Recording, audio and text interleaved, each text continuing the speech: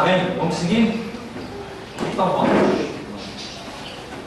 Ainda baseado nesse pensamento, nessa vigilância que nós temos que ter, por que nós estamos ministrando essa aula hoje? De vez em quando passa pela minha cabeça, todos aqueles meus amigos, crentes, colegas, tal, era uma massa. Quando eu me converti, eu encontrei muitos jovens dentro das igrejas. Depois eu mesmo levei muitos para a igreja, vi muitos chegarem do mesmo bairro, na mesma igreja. E hoje, meu irmão, são pessoas que até estão vivendo, uns estão desviados, uns se tornaram homossexuais, caiu para a prostituição, se tornaram mercenários, ladrões, enganadores, mas outros não, outros estão vivendo a sua vida normal, são taxistas, são camelôs, têm a sua vida de dignidade, trabalham na Comur, outro trabalha na Petrobras, mas cadê Deus? Não, Deus deixa esse negócio de Deus para lá, entendeu? Antes uns estavam querendo que o seu filho se tornasse um grande pregador do Evangelho. Hoje estão lutando para que o filho se torne um jogador de futebol. E jogador de futebol dá dinheiro. Então a mentalidade mudou. E eu, quando olho para a minha vida e vejo tudo que eu passei, eu digo, o Senhor teve misericórdia de mim, me ajudou, mas eu não posso acreditar que Deus teve mais misericórdia de mim do que de outro. Ele é justo, o sangue dele derramado é o mesmo por todo mundo, então eu não posso acreditar que Deus foi melhor para mim do que para o meu próximo. Não, não é esse Deus de justiça que nós cremos. Nós cremos num Deus de que faz tanto para mim quanto faz para você. Igual, sem tirar nem pôr. Então hoje eu olho para trás e lembro, e às vezes cruzo com algumas dessas pessoas, e vejo que por que eles não foram adiante. E parece que de propósito alguns flashes passam pela minha cabeça de conversas que o tempo já deveria ter levado, mas creio que o Espírito de Deus nos traz à memória para vermos como eu me comportava diante das situações e eles na mesma roda, como eles se comportavam. Eu sempre fui radical. Para seguir Jesus Cristo, eu sempre fui radical, né? A igreja aqui não tem doutrina do brinco, doutrina do batom, da calça comprida, do cabelo, mas eu sou radical. Aliás, eu me considero o pregador mais radical que o planeta Terra já conheceu. Porque para mim, Bíblia é sim, e o resto não. Então, aquilo que eu identifico que é bíblico, nisso eu vou andar e vou pedir forças a Deus para morrer por isso. E esse meu radicalismo me trouxe até aqui. Hoje eu não tenho nenhum desses meus colegas, dezenas e dezenas da minha época, nenhum para te apontar como referencial. Nenhum alcançou o pastorado, nenhum alcançou a igreja, nenhum, alcançou o ministério, nenhum se transformou em nada. Então, essa é a palavra de vigilância. Eu quero voltar aqui e lembrar que Paulo diz: não vos enganeis, as más conversações corrompem os bons costumes. Prova disso, nós vamos ver aqui. Você lembra de 1 Reis, no capítulo 13? Tem um profeta lá, como é o nome dele? Ninguém sabe o nome dele, né? O profeta sem nome. A gente chama ele de profeta desconhecido. Eu abrevio tanta palavra, qualquer dia alguém vai dizer assim: ele não sabe escrever a palavra toda. É normal. Então, em 1 Reis, capítulo 13, tem um profeta desconhecido. Eu quero que você entenda isso. Ele sai da terra dele com uma missão. Não sai? Lá na terra dele, ele ouviu a voz de Deus. Ele ouviu Deus. E lá na terra dele foi dito a ele: entra na cidade por um caminho, não come, não bebe nessa cidade, não te detém nessa cidade e sai por outro caminho. Essa foi a missão que ele saiu. Então ele sai no cumprimento da missão dele. Em meio ao cumprimento da missão dele, depois que ele já tinha profetizado, o altar já tinha se fendido, as cinzas já tinham caído, a mão do rei ressequeu, voltou ao normal. Depois de tudo isso, ele parte. Quando ele já está saindo dos limites da cidade, vem alguém, encontra e fala com ele: não, onde você vai? Você é aquele profeta que profetizou lá do altar e tal. Sou eu. Volta comigo. Vamos comer, vamos beber, vamos descansar, lavar os pés. Aí ele diz assim: não. O meu Deus. Aí ele lembra da missão dele. Meu Deus me disse: entra na cidade, profetiza, não come, não bebe e sai por outro caminho. Não, mas eu também sou homem de Deus. E um anjo de Deus me apareceu e disse: vai lá com ele, insta com ele, persuade ele e faz ele voltar para comer, para beber, para descansar. O homem ficou quantos dias lá? Pelo menos 2 dias eu lembro que ele ficou lá. Era para ele sair, pois ele está saindo da cidade, o homem encontra ele, já nos limites da cidade, faz ele voltar tudo aquilo, e ele não somente fica aquele dia, fica lá mais um bocado de tempo. Foi persuadido por causa de palavras, mais. Ele foi levado. Irmão, eu quero que você entenda que Deus falou com ele de uma maneira muito poderosa. Deus falou com ele de uma maneira tremenda, que ele chega para... Deus precisa falar conosco, dependendo da missão que ele nos dá, ele precisa falar conosco de maneiras muito impactantes.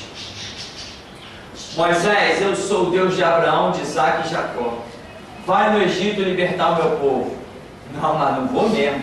Essa maneira que tu está falando comigo não é o suficiente. Você está entendendo isso?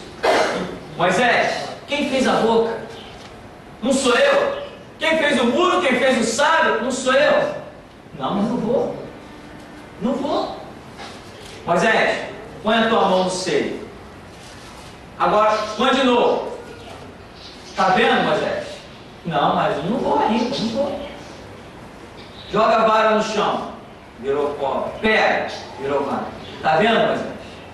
Não, mas não vou. Eu quero um sinal. Tá bom, teu irmão vem ao teu encontro. Ele, já que você não quer falar, ele vai falar por ti. Você vai ser Deus para ele e ele vai ser como teu profeta.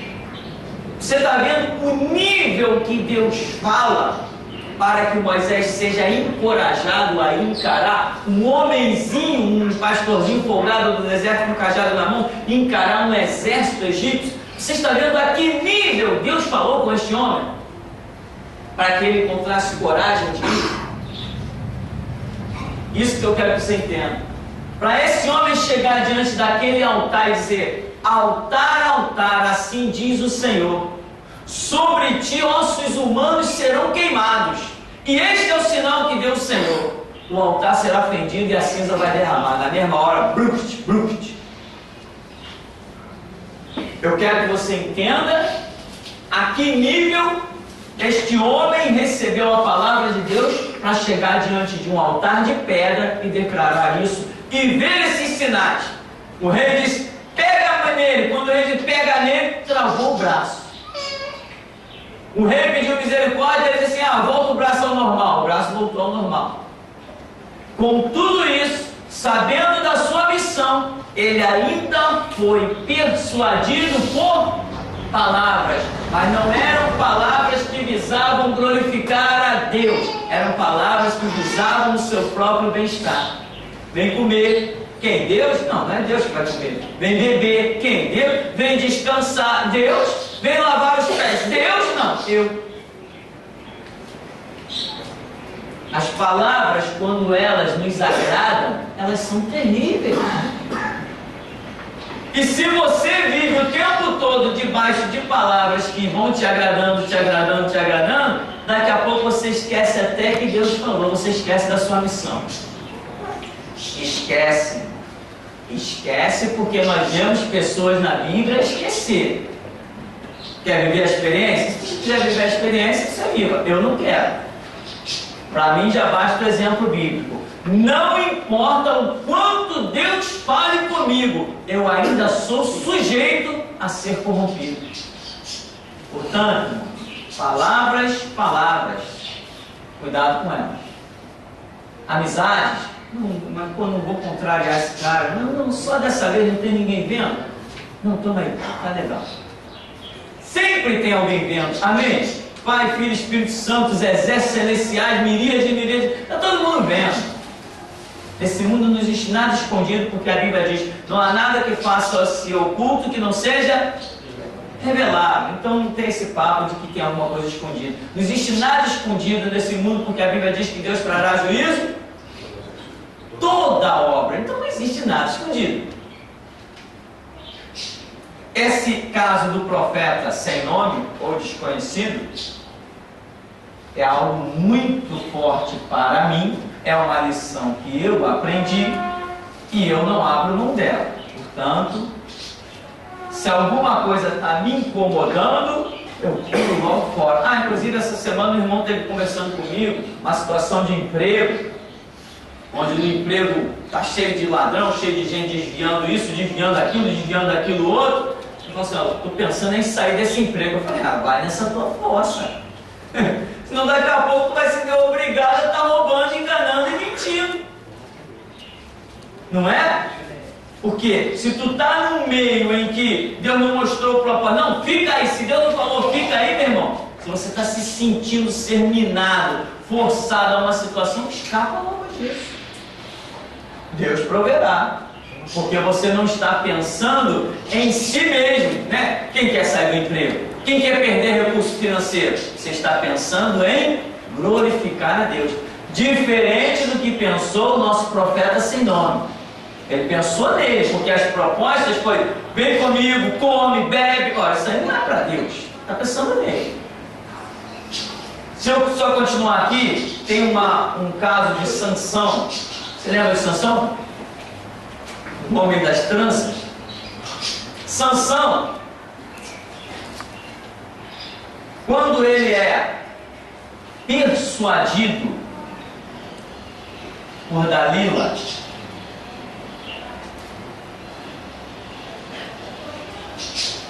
lembra que ela o enganou várias vezes, né? Me conta em que consiste a tua força. Aí ele diz assim, se eu for preso por isso, por aquilo outro, as minhas forças vão embora. Aí ela foi e amarrou ele. Sansão, os filisteus vêm sobre ti. Ele arrebentou tudo. Tu me enganou. E essa história foi não sei quantas vezes. Quem sabe quantas vezes foi essa brincadeira? Ninguém sabe, ninguém lembra. Foi um bocado de vezes essa brincadeira aí. Pelo menos umas 3 vezes eu lembro dessa história de, olha, vem os filisteus, e ela queria testar a força dele, se realmente, ela não acreditava nela, ela queria realmente testar se aquela era a questão. E Sansão, nós temos aí algumas opiniões diferentes, mas vamos nos prender a um detalhe. Sansão diz assim, olha, nem a meu pai, nem a minha mãe, a ninguém eu nunca revelei este segredo. Ele diz isso. Por quê? Porque ele realmente acreditava, eu entendo dessa maneira, ele acreditava que a força dele estava nos cabelos. Ele acreditava. Não é o que eu particularmente acredito. Eu vou além disso, mas Sansão está acreditando que as suas forças estão nos seus cabelos.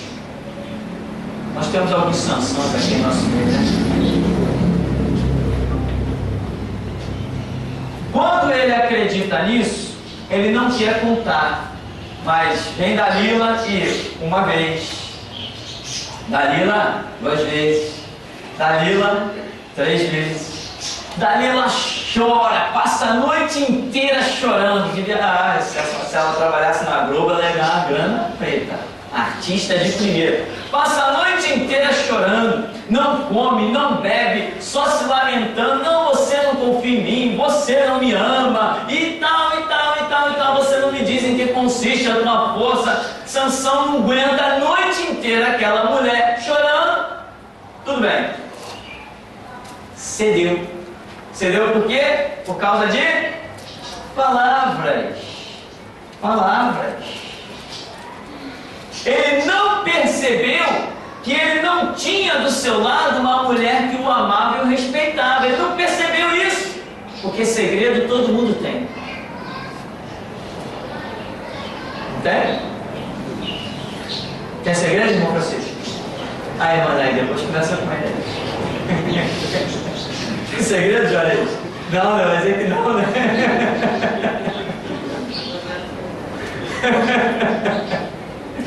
Segredo todo mundo tem. Amém? O caráter do ser humano faz com que ele tenha segredos. O que são esses segredos? São as suas próprias intimidades, a sua própria maneira de ser. Né? Como diz no filme Titanic, né? O coração de uma mulher são águas profundas que escondem muitos segredos. Então, presta bem atenção. Sansão tinha um segredo, mas ele não aguentou a pressão. E ele não entendeu que a mulher que está do lado dele é má.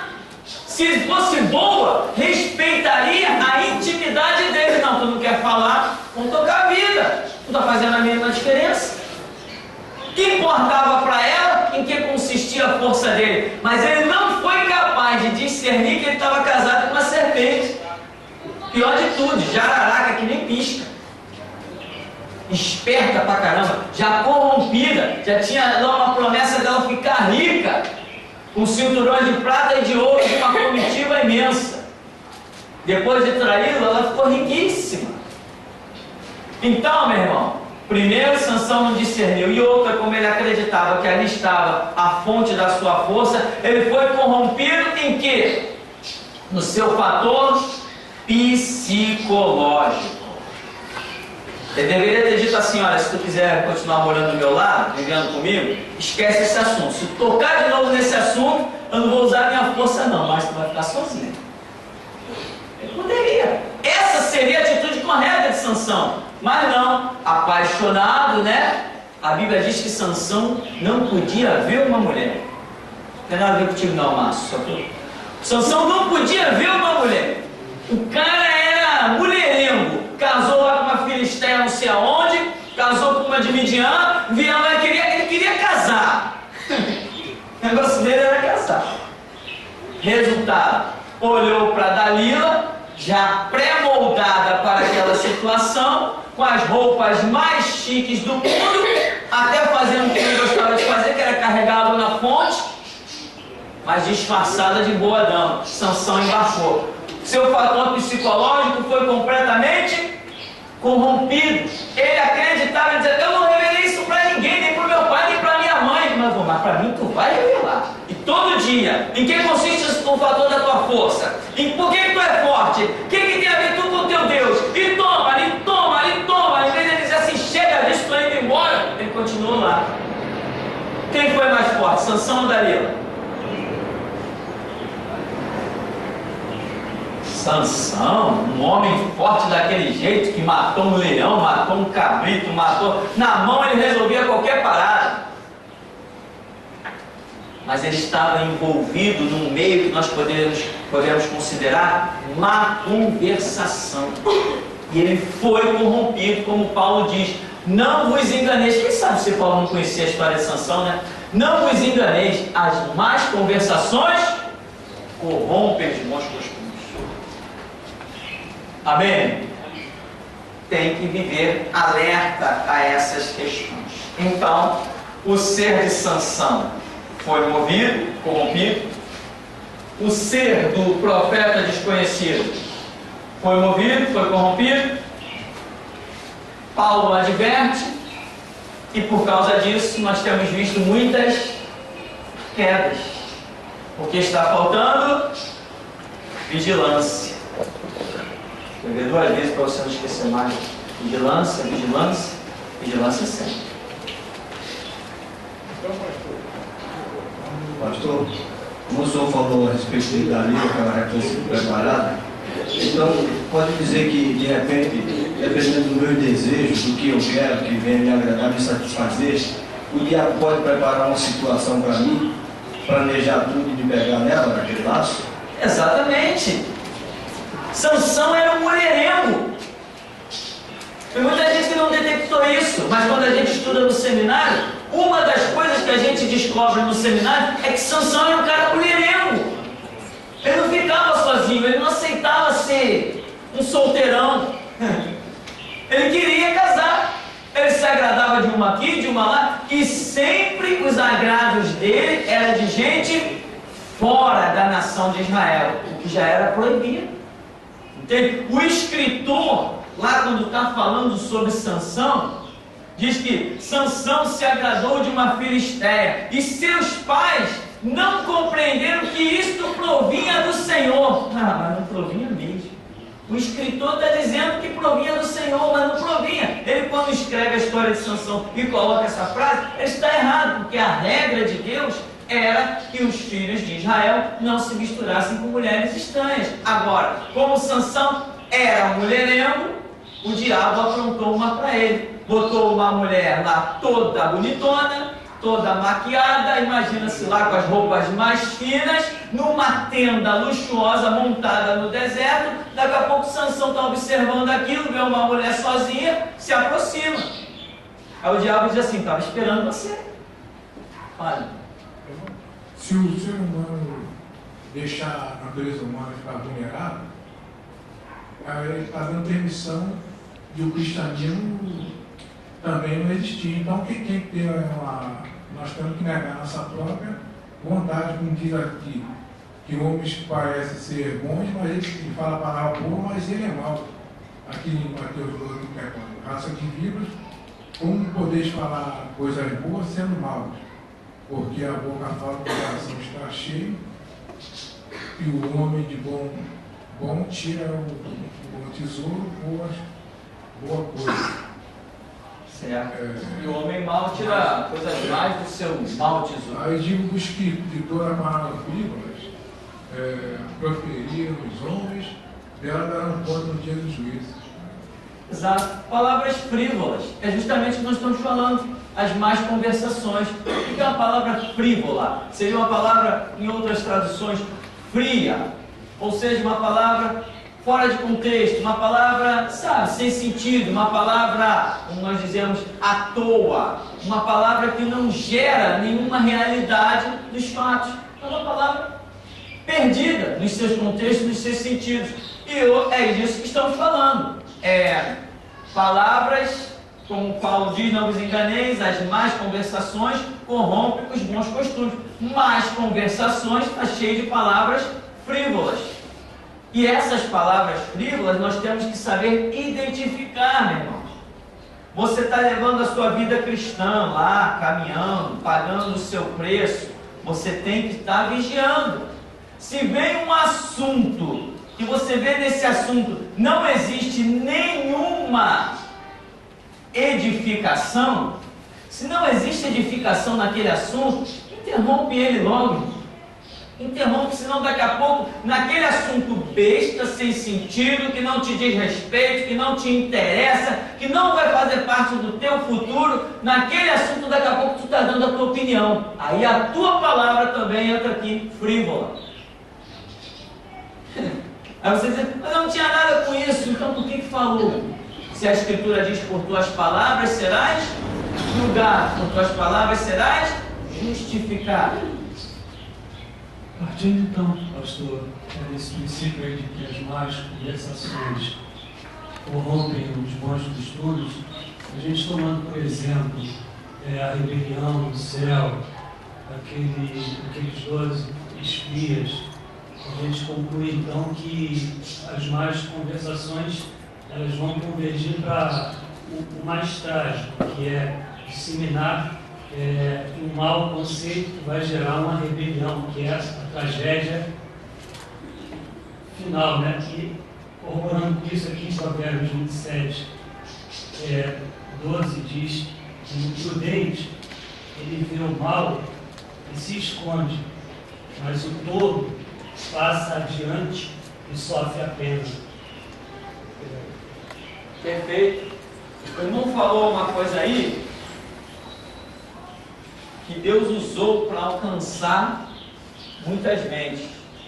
O Espírito de Deus usou o irmão numa colocação aí poderosa. Agora, eu quero falar sobre o detalhe dos espias que o irmão mencionou. Quando eles voltam, que Moisés vai inquirir deles depois de 40 dias, andando na terra prometida, eles voltam, tinham sido enviados 12.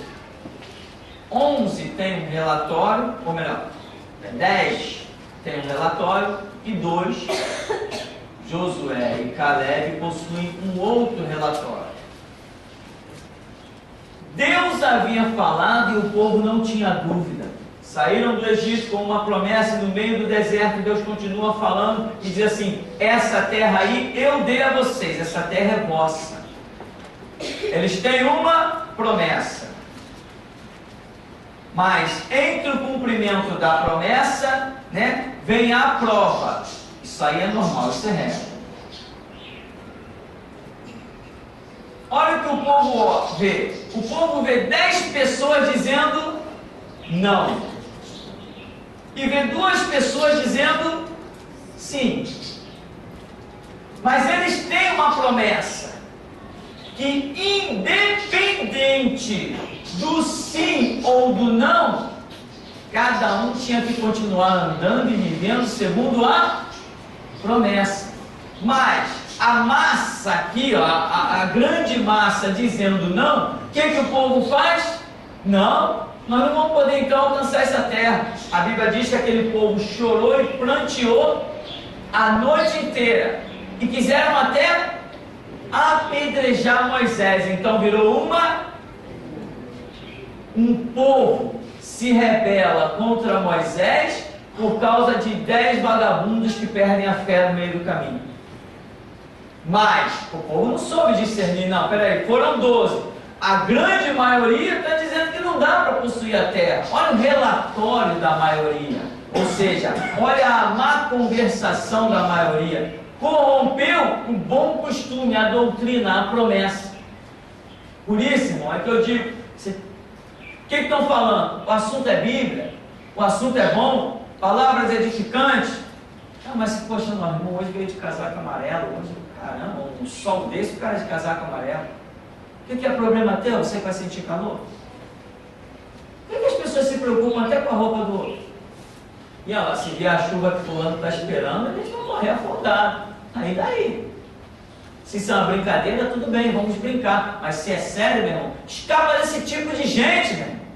Porque daqui a pouco você vai olhando e não vai ver mais eles dentro da igreja, porque a seleção é feita todo dia.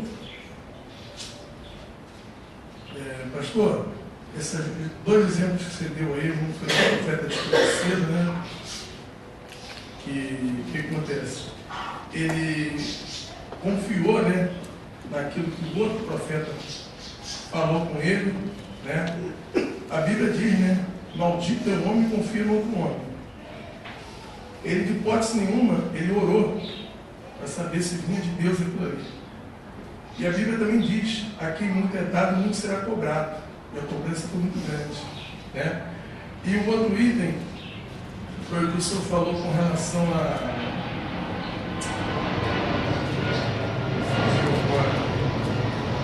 Sansão. Mesma coisa, ele confiou numa mulher. Mas pode nenhum dos 2 itens, você vê que eles fizeram uma oração antes. E ele tinha uma dúvida, porque ele 3 ou 4 vezes ele citou isso, então existia uma dúvida. De maneira nenhuma ele orou. Entendeu? Então eu acredito que faltou oração. Se existe uma dúvida, tem que orar. Faltou a vigilância. E Deus não opera na dúvida. Exato. E o nosso Deus também não, Deus, a Bíblia, Paulo fala que nosso Deus não é um Deus de confusão. Se ele falou uma coisa agora, como é que vem outra pessoa falar? né? Então, eu acredito que faltou uma oração em ambos. Isso. Faltou vigiar, faltou orar, faltou a vida com Deus real. Igual que Jesus fala, vigiar e orar. Exato, vigiar e orar para que não entreis em tentação. Então o que acontece? Se eu tenho uma palavra que vem de Deus, eu tenho que entender que homens não podem mudar esse caminho. Se eu tenho uma direção dada por Deus, só Deus poderá me redirecionar. Aqui no ministério, de 6 em 6 meses, eu estou tomando caminhos diferentes. Inclusive, passou agora, quando entrou o mês de junho, teve visão aqui na igreja de vestes sendo trocadas, vestes vindo do céu. E eu falei, depois no dia seguinte que a minha esposa falou, é a mudança da dispensação. Eu falei, isso mesmo. Então Deus já tinha revelado, já estamos numa nova dispensação. Cada dispensação, Deus me dá uma direção diferente. Aqui é assim. A cada 6 meses Ele me orienta a atacar algum setor, alguma coisa que eu vou fazendo. Agora, homens não podem mudar a prévia da direção que Deus me deu. Eu não sou movido por homens. Quantas vezes meu pai e minha mãe já disseram para mim, você não acha que você está pegando pesado demais, não? Eu falei assim, sobre isso aí a gente não vai nem conversar. Porque homens não podem me mover. Eu tenho certeza absoluta que meu pai e minha mãe querem meu bem. Mas não entendem o que eu entendo, não ouviram o que eu ouvi, não conhecem o que eu conheço. Querem o meu bem? Querem o meu bem, mas espiritualmente não podem me aconselhar. Entende? Podem me dar 1000 conselhos, sei lá de quê, mas espiritualmente não. Espiritualmente cada um tem a sua vida com Deus, tem que saber caminhar, e depois que você já ouviu Deus, nada pode te mover daquela direção. Então como é que eu ando? Deus olha para mim e diz assim, entra nessa estrada aí. Tá, Senhor, caminha, vou caminhando. Enquanto enquanto aquela mesma voz que falou comigo no começo da estrada, eu não ouvi-la novamente, eu vou continuar naquela estrada. Só Ele vai me mudar dali. Tem pessoas que não, que ouvem Deus como o profeta desconhecido ouviu, que ouvem Deus como Sansão ouviu, mas um ser humano consegue divergi-lo, dissuadi-lo, mudar o seu caminho. Isso é o que não pode acontecer. Quando isso acontece, assim como nós vemos com o profeta desconhecido e com Sansão, a queda acontece. Qual seria o projeto de Deus com Sansão? Morrer debaixo daqueles escombros? Morrer cego, humilhado debaixo daqueles escombros? Não, isso não é projeto de Deus para ninguém. Não era esse o projeto. Qual era o projeto para o profeta desconhecido? Morrer? Assassinado por um leão? Não, não é esse o projeto. O caminho dele não era nem aquele, ele já tinha até passado daquele caminho, não tinha leão nenhum.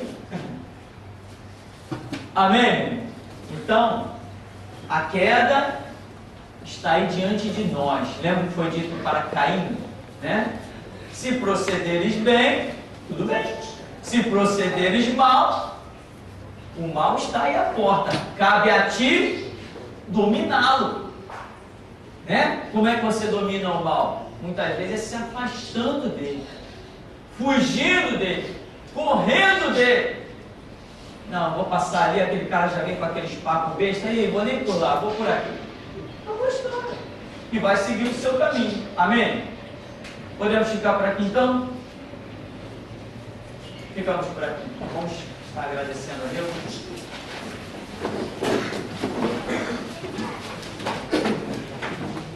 Senhor amado, Deus vivo e poderoso, nós te glorificamos por esta manhã, ó Deus, Deus do Senhor, até aqui nos tem sustentado. Ó Deus, nós cremos na Tua palavra e te pedimos, joga por terra os inimigos do Senhor, ó Deus. Porque nós, ó Deus, não fazemos caso de inimigo algum, pois sabemos que contigo somos sempre mais do que vencedores, por aquele que nos amou e a si mesmo se entregou por nós. Somos invencíveis. Se andarmos contigo, o Senhor anda conosco. E quem poderá resistir à tua mão? Pois está escrito, operando Deus, quem impedirá? Nisso cremos e repousamos e descansamos à sombra do Altíssimo, na onipotência do Todo-Poderoso. Dirige os nossos caminhos, orienta os nossos passos, ó Deus, de maneira que nós possamos alcançar a glória proposta e glorificar o teu santo nome. Assim nos abençoe e nos despede nesta manhã, em nome de Jesus. Amém. Amém.